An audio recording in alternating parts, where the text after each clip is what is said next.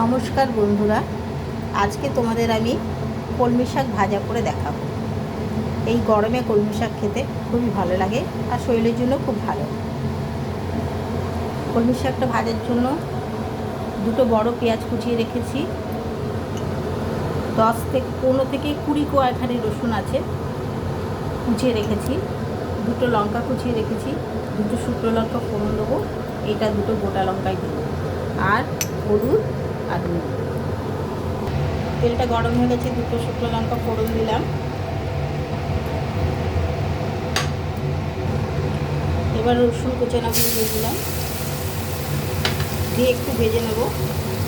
এবার পেঁয়াজ কুচানোটা দিয়ে দেবো, রসুন আর পেঁয়াজটা ভালো করে একটু ভেজে নেব। পেঁয়াজটা আমার ভাজা হয়ে গেছে, এবার শাকগুলো আমি দিয়ে দেবো।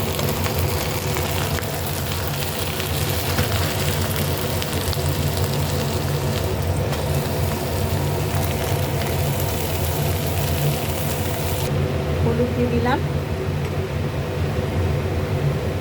নুন দিলাম স্বাদ অনুযায়ী,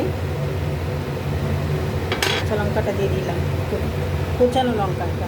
আর এখানে 2 আঁটি শাক আছে, দুটো পাকা লঙ্কা গোটা দিয়ে দিলাম, আর একটু চিনি দিলাম। বন্ধুরা, আমার কলমি শাক ভাজাটা হয়ে গেছে, আমি সার্ভ করে দেখাচ্ছি। আমার কলমি শাক ভাজাটা হয়ে গেছে বন্ধুরা। গরমকালে কলমি শাক দিয়ে ভাত খেয়ে দেখবেন, এইভাবে ভেজে খুব ভালো লাগবে। আর গরমের জন্য শাক তো খুবই ভালো। নমস্কার,